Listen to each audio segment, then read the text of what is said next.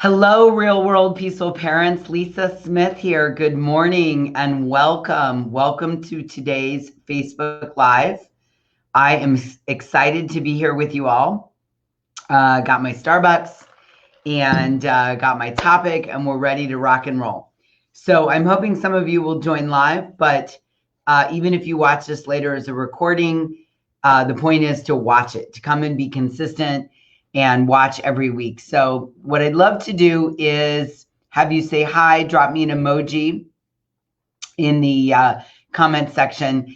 Today, what we're going to talk about is parenting and frustration, right? This is a common feeling often when we're parenting. And hey there, how you doing? So I'm going to talk today about parenting and frustration. I'm just trying to pull up this live on my phone. That's why I'm looking away for a second, because you can't see the comments on StreamYard into a group. So I'm having to get a little creative on how to see who's here and kind of what's going on. Oh, Nina's here. Hey, Nina. Welcome. I'm so glad you're here. So with Nina, today we're going to talk about parenting and frustration. And frustration is a feeling that we feel sometimes when parenting. Who can relate to this? Give me a little hand raise in the comment section, if you will, please. So this is the thing. This is a light bulb moment for me when I learned this. Okay, so here's the deal. Frustration is a gap between expectation and reality, right? Let me say that again. Frustration is a gap between expectation and reality. So the bigger the gap between expectation and reality, the bigger the frustration. And this applies to all areas of our life, right? If we, want to weigh a certain amount, we have an expectation, right? And reality, we weigh a different amount. The gap is the frustration. And, this happens a lot in our parenting. We have an expectation of how something should go, of how our kids should behave, of how our kids should respond, the initiative our kids should take, the grades our kids should get, the way, let's say we have we have two little kids, the way they should interact together, that we have expectations that they shouldn't fight. We have expectations that they should listen. Sometimes we have expectations that they should anticipate what we need and do it, right? Or sometimes we have expectations that I've asked him to brush his teeth every single night before bedtime, for 5 years now. Why can't he remember this? We have expectations as parents. And then hi, Jill, welcome. So glad you're here. And then there's reality, right? They don't have a fully developed prefrontal cortex. They have no executive function at age 6. So they don't remember to brush their teeth every day. It just doesn't dawn on them. They're not thinking a couple steps ahead. Or, that's why I think the movie Groundhog Day is so funny to us, because we see it every day as parents, right? We see that our kids, we tell them to brush their teeth and they're like, oh, we're going to do that again. And, we have a fully developed executive function. So we're like, yeah, we're going to do it every night. Meet you back here tomorrow night, same place, same time. So again, frustration is when there's a gap between expectation and reality, right? We expect our kids to get along. We expect our kids to listen the first time.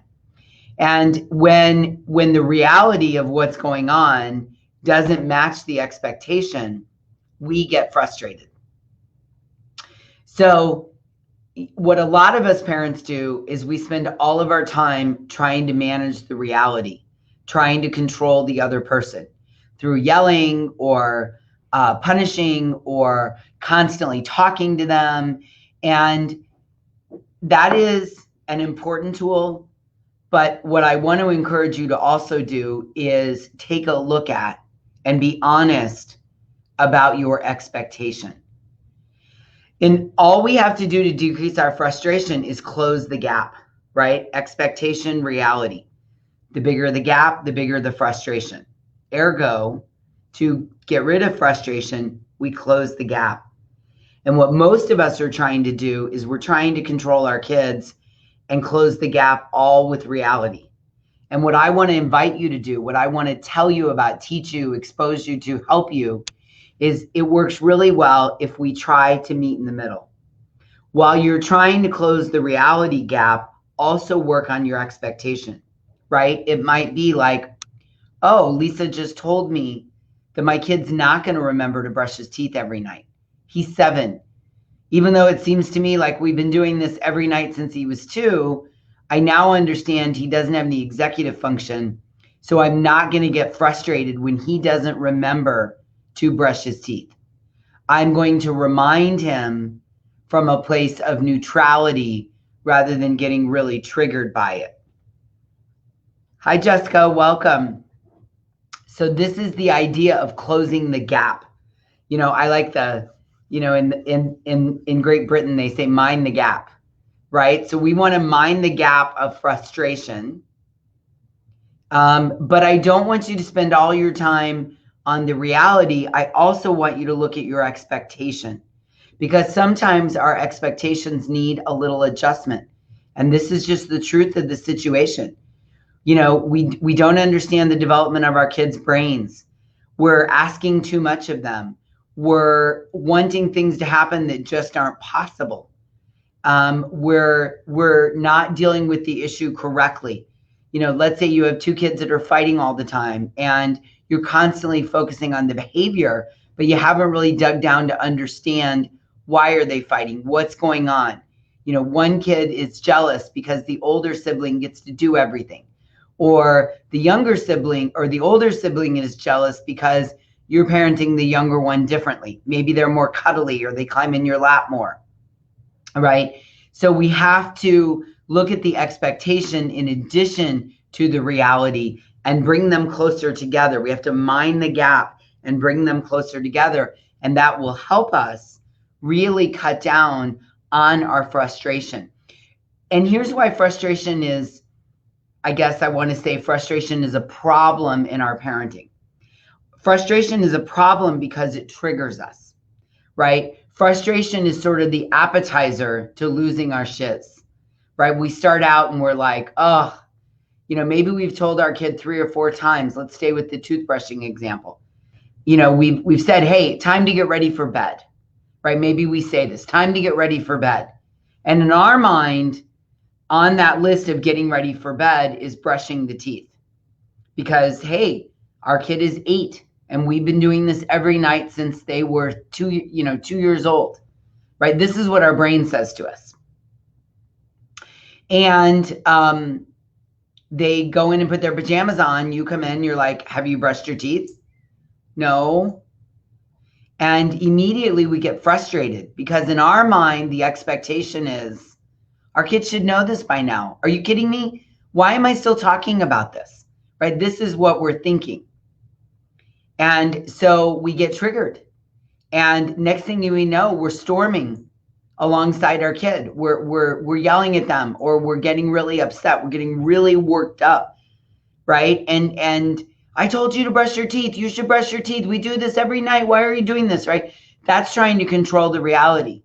But the expectation is your kid doesn't have a lot of executive function. It doesn't dawn on them to brush their teeth. So if we mind the gap between the two, and we understand this, we learn it, then we're like, okay, it'll be great when the day comes that he remembers to brush his teeth on his own. I look forward to that. I can't wait for that, right? But in the meantime, what I'm going to train myself to do is manage my expectation. So when I say to him, hey, it's time to get ready for bed, I add in, please brush your teeth. Don't forget to brush your teeth. Remember to brush your teeth. Or I take a note card and I write out the 3 things that are included in getting ready for bedtime. You know, brush your teeth, put on your pajamas, whatever else on the list. And I tape it to the bathroom mirror, or I tape it to the bedroom door as an assistant, as a hack or a tool to remind him of what's on the list, right? So that I am managing my expectation, managing the tools, while at the same time working on the reality. And because I've managed my expectation, when reality doesn't go like it's supposed to, I'm able to stay calm and less triggered as a parent. So those of you that are here live, if you have any questions, put them in the chat, put them in the comments section for me. I happy to answer a couple questions that you might have, but I hope you find this helpful. I find this to be a really important tool. I am finding it to be an important tool right now during COVID, while we're still sheltering in place. Where I live, we're going on our 6th month of sheltering in place. And, you know, I have an expectation of how I have a 16-year-old son, and I have an expectation of how this is supposed to be going. And let me tell you guys, my reality is not matching my expectation at all. Not at all when it comes to my son.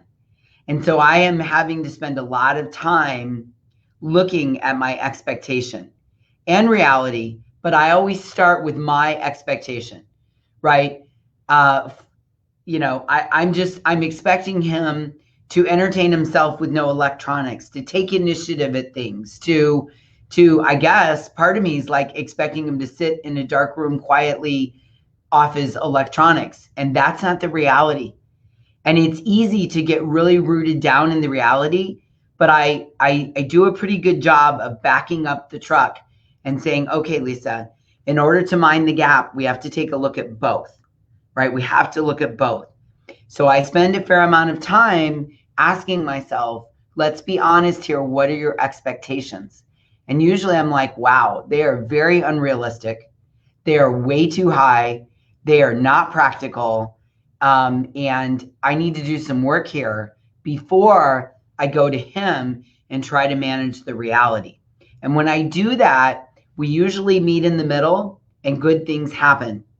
When I expect a reality, when I try to control reality and try to get it to meet my expectations, that's usually where we're going to have a storm. He's going to lose it. I'm going to lose it. He's going to lose it because he's frustrated. I'm going to lose it because I'm frustrated. And, you know, it works so much better when I take a moment to manage my expectation first. Yeah, I'm getting some hearts. Nina says, I love this. Yeah, it's helpful. It is helpful to mind the gap by bringing both of them together, because this is what we can control, right? And you know, it's just, I really find a lot of value in being mindful. Even if you aren't going to change your expectations, at least be honest with yourself. Hey, Katie, so glad you're here. If you aren't going to change your expectations, and maybe you don't always have to. I'm not saying that everybody needs to lower their expectations, right? We have very high expectations in our house on certain things. So I'm not saying everybody needs to chill out and relax and let your kids do whatever they want. That's not the goal. What I am saying is at least be honest with yourself about what your expectations are, so that when you're frustrated, when there's a big gap between expectation and reality, when you're frustrated, you're at least honest about what's going on.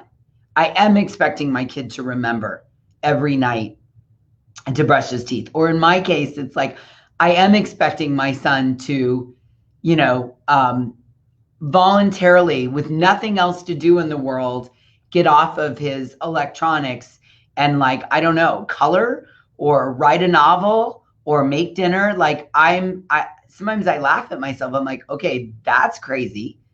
That's crazy. He's not going to do that, Lisa. That's not what he's going to do. He's 16, and what he wants to do is he wants to lay around and be lazy and, you know, do his gaming. And maybe, you know, the way to mind the gap is you have a schedule, or you come up with some activities, or you make some suggestions, right? Or you, so there's a meeting in the middle, right? And it starts with being honest with yourself about your expectations. All right. So I hope you guys find this helpful. Again, I am committed to being here every Thursday at 9 a.m. To share and talk and work through a new idea that will help you in your path to peaceful parenting. If you have a strong-willed kid, I'd love to see a show of hands of who has strong-willed kid. I have a new course that I've just launched called Peace and Quiet, the crash course for parenting your strong-willed kids. And I have to tell you all that this course is amazing. I looked around out there. I have a strong-willed kid. I work with parents of strong-willed kids all day, every day. And I wanted to provide an introductory course that explains strong-willed kids. Because here's the thing, strong-willed kids, there is a way to parent them that creates deep cooperation and connection. And there's a way to parent them that creates conflict and chaos. And this is just the facts. And what I want you to really know is the way to parent the strong-willed child that creates connection and cooperation. So I created a really simple, I call it a crash course because it's 4 lessons. You get in, you learn the lessons, and you get out and apply them to your family. And I am mentioning this to you all here because right now we have an introductory price for the course of $48 that we're going to offer for a couple more days. We have some information loaded here in the group in Real World Peaceful Parents, but I'm also going to drop the link in here after we end this Facebook Live. I'm going to drop the link in the comment section for anybody that wants to grab this course. I promise you, you will find it useful and helpful. You will love it, and it will help you understand how the brain of your strong-willed child is wired and what to do about it, how to create that connection. It's also ironically really going to help you if you feel frustrated. Ironic meaning we just talked about frustration. It's really going to help you if there's a lot of frustration for you in trying to parent the strong-willed kid, because you may have expectations of how this is supposed to go. Yeah, Katie's saying she did the course, and I know she loved it. You might have expectations of how this is supposed to go, right? Maybe you have an older child, and and your younger child is the strong-willed, and you can't use the same parenting techniques on a non-strong-willed child on a strong-willed child and expect them to work. So I just wanted to take a minute to announce this course. I know how amazing it is, and I know the help that it can bring you, the relief, the managing your expectations. It teaches you tools. It teaches you why your kids are defensive and argumentative all the time, why no comes out of their mouth a lot, and what to do about it, how to help them. Okay, so let's see. We've got some comments here. Trina, hey Trina, so glad you're here. She says, this has all been hard on me because I have become a single mother now, and my oldest is very angry. We're in counseling, and this is very helpful. Yeah, Trina, I sure, Mama, that's definitely got to be hard. And a lot of times there's a lot of anger that comes up. I also think, Trina, there's probably a lot of frustration for your son. I think it's a son, your oldest. So, the other thing is the model that I teach here about the gap between expectation and reality, we can also use this with our kids. One of the great questions, especially with our older children, would be to ask them, what is their expectation? What did you think was going to happen? What do you think should be happening? Back to the example of the electronics, my son has an expectation. So I have an expectation. This is a good one. I'm glad you wrote this comment in here, Trina, because it prompted this for me. And this is really a good one. I have an expectation that my son is going to game like 1 to 2 hours a day. And then he's going to get off of his electronics and like sweep the floor and bake cookies and offer to run errands and write a novel and, whatever. I have that expectation. And that's not what's happening. So there's a gap and I'm frustrated. Well, he also has an expectation. His expectation is, because he says this to me all the time, Mom, it's my summer. I should be able to do whatever I want. I should be able to stay up as late as I want. I should be able to game as much as I want. And that's not happening here either. We have a bedtime. We have a limit. We have him take a break, right? We have chores that he needs to do. So his frustration shows up because he has a gap between his expectation and his reality. And so when you can step back and look at all of this, look at it from your kid's point of view and look at it from your point of view, and you can find that intersection, right? Because he's at one extreme with his expectation and I'm at the other. It's like, okay, let's see what we can do about this. Let's sit down and now that we understand each other's expectation, let's see if we can create a reality that works for both of us. And that is usually where we end up, right? We usually end up with agreed upon times throughout the day that he's going to take a break, a list of chores that he's going to do when he takes the break. One of my rules is when he's taking the break, he doesn't get on his phone. He doesn't go from one electronic device to the other. He literally takes a break. And then, we have a set bedtime. And then he has a couple things that he needs to be part of his reality. Like he can game for a few hours. He can be with his friends. He also explains to me, Mom, that's my chance to be with my friends. I'm gaming, but really the joy is interacting with my other friends online. And I'm like, oh, well, that helps me. That deepens my understanding. That helps me better understand what's going on, right? And so we find that middle ground. So Trina, I say this to be helpful in that perhaps, in addition to anger that your son is experiencing, maybe there's also a lot of frustration. And maybe one of the conversations that the two of you could have is, what is his what is your older kid's expectation? Because sometimes we learn what their expectation is and we're like, oh, that's what you were thinking? Oh, wow. Okay. Now I see. Interesting. And then we can have a conversation around that. Jill said, this is great. Thank you. Applied a few of these yesterday and today. Yay, Jill. That's awesome. Good job, Mama. Good job. Okay. I think this was an outstanding topic today. So I'm so glad I brought it to you all. I'm so glad that we talked about it. I hope whether you're watching this live or watching later, I hope that you apply this, you take the challenge, you think about it, you work on your expectations, you strive to better understand your child's expectations. And I will see you here next week, same place, same time. Next week, we're going to talk about a parent's greatest tool. So let me tease with that and welcome you back here next week.